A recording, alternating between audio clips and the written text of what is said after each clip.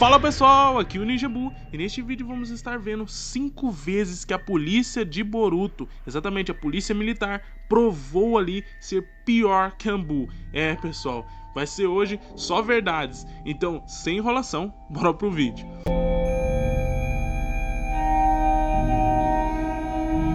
No nosso top 5 está a primeira vez em que um cidadão iria se suicidar. Então pessoal, por incrível que pareça, no EP 42 de Boruto, nós nos deparamos com a primeira situação que a polícia militar atua, que por sinal foi muito estranho de ver, pessoal. Bom, pessoal, eu vou fazer de tudo aqui pra dar, quer dizer...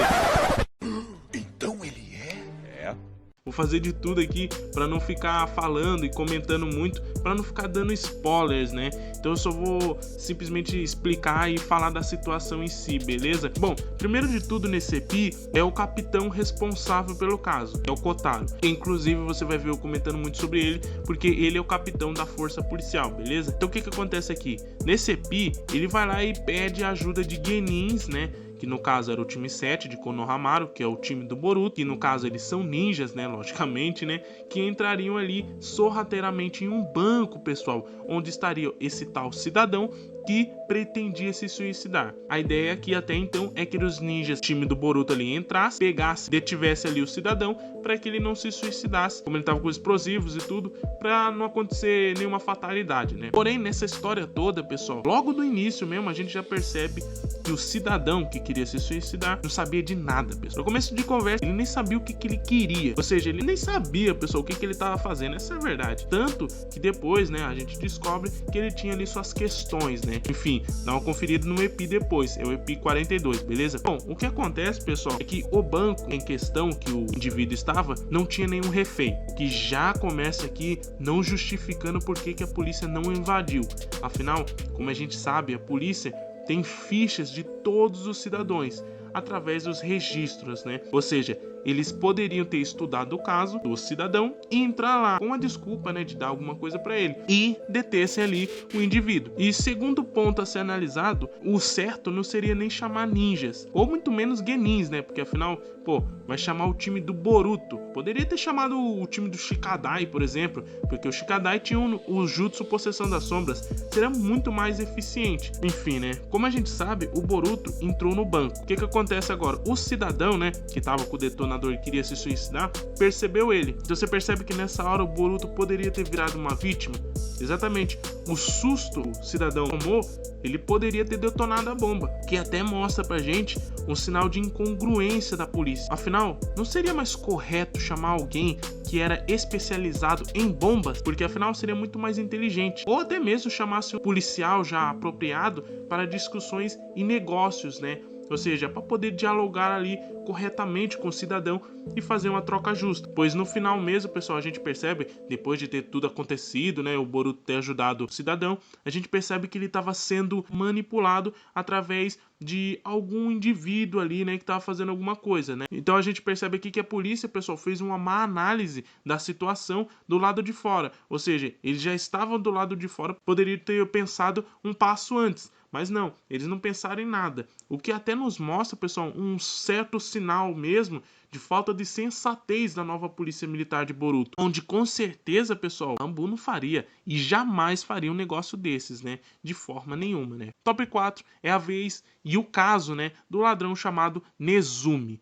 Este momento, pessoal, se passa em outro EP, pessoal, em específico o EP 104 da série Boruto, onde ocorre ali da polícia perseguir um ladrão de joias, chamado Nezumi, onde Nezumi já tinha uma certa fama de ser um ladrão muito esperto, muito habilidoso, enfim, como ele tinha suas artimanhas, né, então foi chamado, logicamente, a equipe 7, né, ou seja, foi chamado ali o time do Boruto para ajudar ali, logicamente, a capturar o ladrão. Então, a cena ocorre bem no comecinho do EP. O ladrão já estava correndo ali no beco, enfim, já estava rolando uma perseguição, a polícia também já estava atrás. O que acontece é que o time do Boruto já estava quase em cima do ladrão e, de repente, o ladrão decide virar um beco. Quando o time do Boruto chega ali no beco, acontece eles se darem de cara, né, e perceberem ali que o ladrão tinha sumido e eles se depararam ali com a polícia e 4 bêbados de rua.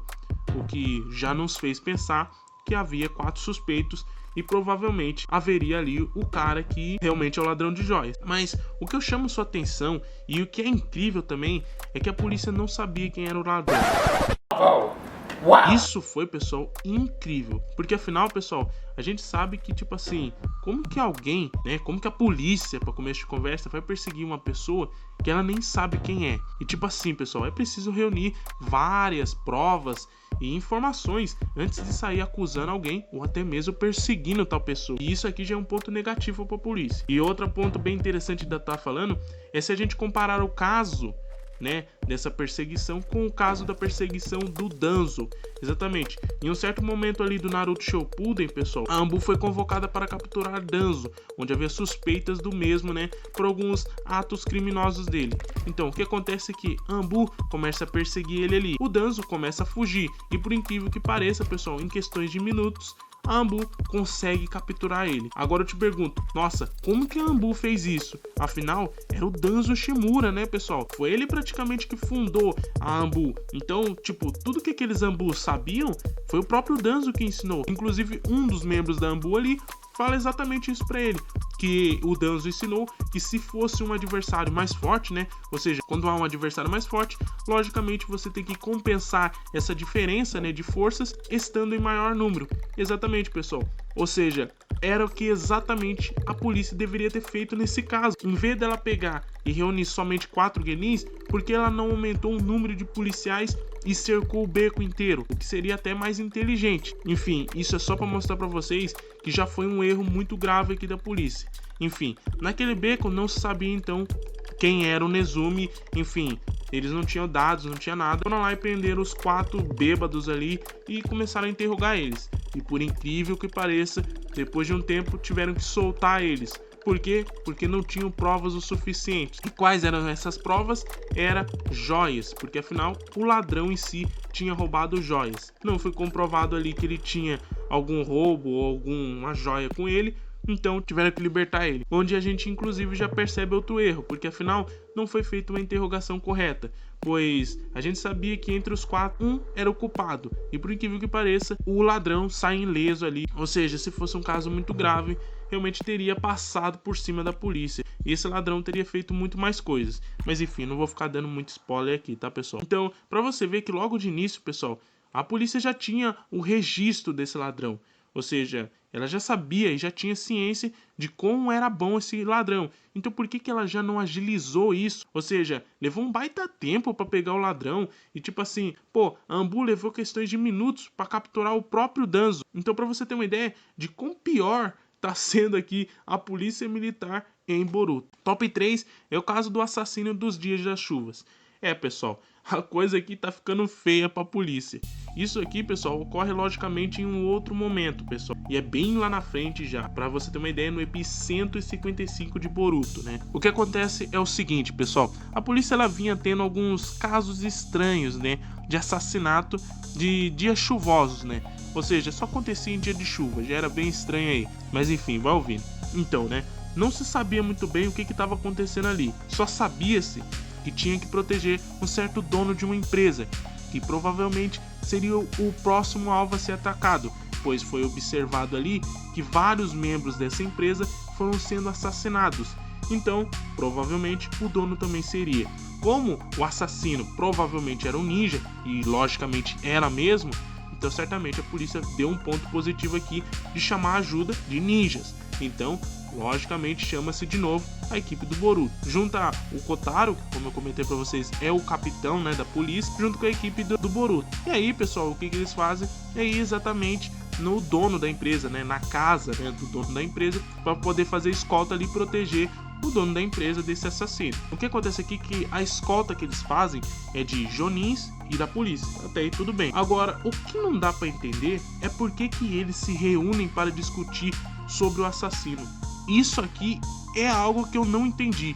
Ou seja, em vez deles planejar uma emboscada contra o próprio assassino, pelo contrário, eles se reúnem em um cômodo específico ali, né, do lugar, né, da casa ali do dono da empresa, e o dono da empresa fica em outro cômodo. Exatamente, é totalmente ao contrário aqui. Ou seja, eles deixaram o dono da empresa que era o caso ali que eles vieram proteger, com a escolta ali, né, do Joninhas e a polícia, enquanto eles discutiam o caso e de como que iam fazer ali para capturar e o que eles tinham de informação sobre o assassino. Ou seja, pessoal, isso foi totalmente ilógico. Eles chamaram os ninjas exatamente para bolar uma estratégia. Ou seja, por que afinal o Boruto não se transformou no dono da empresa para assim, né, caso o assassino aparecesse, logicamente seria confundido e o Boruto, né, poderia ali fazer alguma coisa para pegar o bandido. Só que isso não acontece. Dá uma olhada no MP depois que você vai ver exatamente do que eu tô falando, né? Então, a polícia, pessoal, ela tem um certo nível muito baixo de conhecimento. Essa é a verdade. Porque ela tinha relatos, né? Os relatórios, né? Sobre o criminoso. E tipo assim, a Ambu, pessoal, jamais agiria dessa forma. E para começo de conversa, talvez, a Ambu, no primeiro contato que ela tivesse com o inimigo, ela já teria até matado ele. Pra você ter uma ideia de como que a polícia tava lerda aqui, pessoal. Top 2, o caso do menino desconhecido do Karma. Bom, pessoal, esse aqui é um dos piores casos que, sinceramente, fora o top 1, é um dos piores, pessoal. Bom, eu não vou te contar, né, toda a história inteira, porque, sinceramente, essa é a melhor parte do anime, né, até aqui então. E, sinceramente, estragaria todo o EP se eu falasse o que é o menino, quem que é. Então eu vou só falar, né? Eu só vou direto ao ponto que eu quero explicar e que eu quero analisar junto com você. Então o que acontece é o seguinte: no momento que se passa o EP, é o EP 190, beleza? Onde o menino ali não se conhecia muito sobre ele.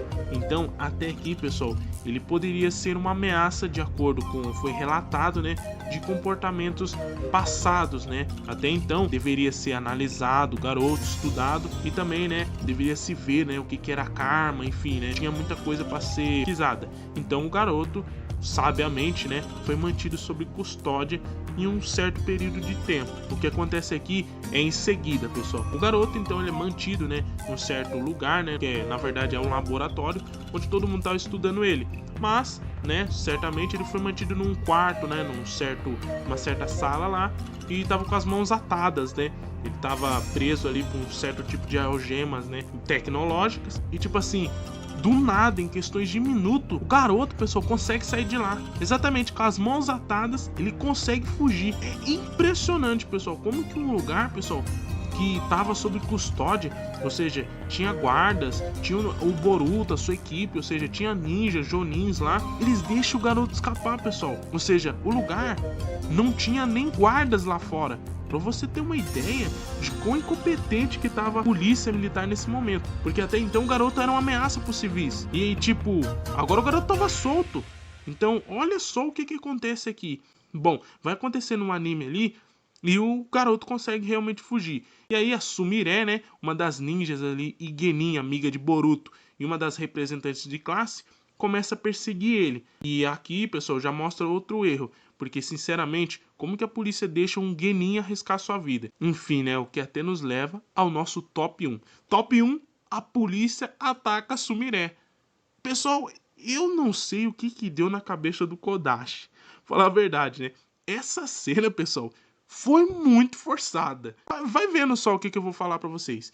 Isso ocorre no EP seguinte, que é o EP 191. Como eu falava, a Sumire estava perseguindo o garoto, que logicamente ela encontrou o garoto, né? Então, ela pegou e começa a dialogar com ele, né? Num discurso no jutsu ali, né? Tava tudo indo bem, quando de repente a polícia chega. Ela já chega, pessoal, cercando o garoto. Porventura, já começa cercando totalmente errada. E após, né, o garoto achar, né, que a Sumire estava conspirando junto com a polícia, ele meio que dá uma distância sobre ela, né? Do nada, pessoal, do nada, a polícia abre fogo no garoto. E literalmente mesmo, ela libera fogo, pessoal. E ainda erra o garoto, pessoal. O garoto foge ainda. E eles correm atrás dele. E quem que eles acertaram? A Sumire. Exatamente, que fica lá caída no chão, pessoal. Pô, a polícia era pra guardar os civis e abrem fogo em uma menina? Pô, pessoal, aqui essa cena aqui foi forçada demais. Essa é a verdade, foi forçado, né?